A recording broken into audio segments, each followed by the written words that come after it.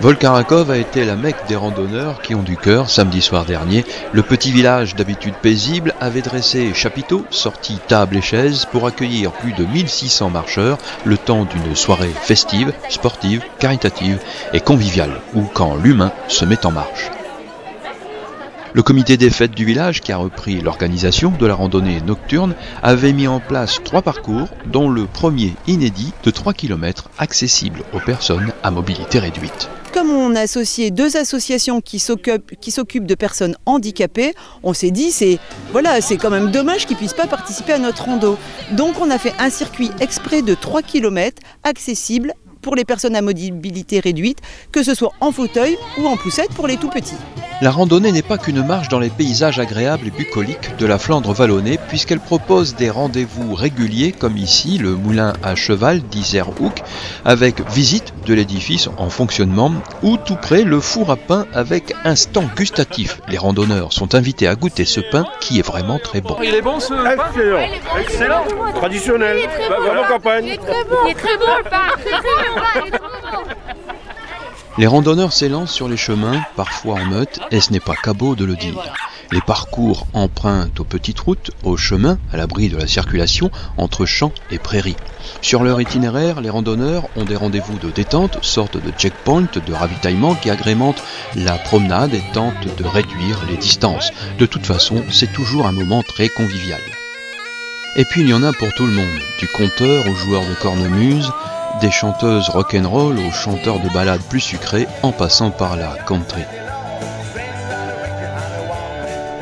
Ici, on traverse une prairie gentiment mise à disposition par son propriétaire, là un chemin caillouteux offrant un beau panorama. De ce cadre bien agréable, les randonneurs arrivent à Milam, plus précisément à la chapelle Sainte-Mildred, blottie au creux d'un pittoresque vallon verdoyant. Exceptionnellement ouverte pour l'occasion, sa simplicité conquiert les visiteurs. Sainte-Mildred, c'est une princesse anglaise qui est arrivée à Milam par la mer, parce que la mer, autrefois, elle arrivait jusqu'ici.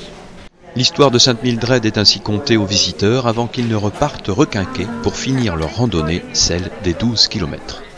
Tous sont venus marcher avec en soi le don, car ces randonnées ont un objectif pour cette 8e édition, aider à financer des projets d'associations qui viennent en aide aux personnes handicapées.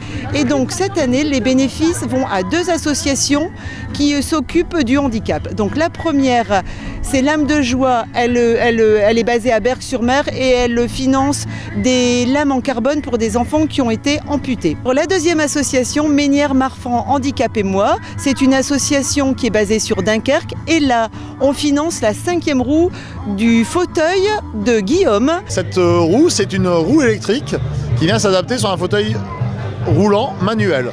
Donc Guillaume aura la possibilité de soit l'utiliser lors de ses déplacements en ville ou autre comme un fauteuil électrique. Et lorsque il souhaite avoir la mobilité tranquille à sa maison, il pourra la décrocher.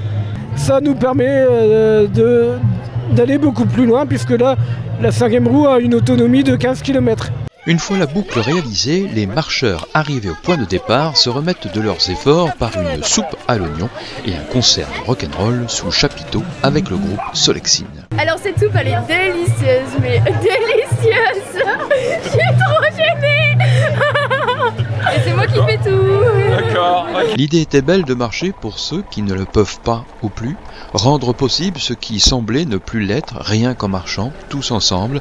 Ils ont été près de 2000 bénévoles et randonneurs samedi soir à se mettre en marche par solidarité.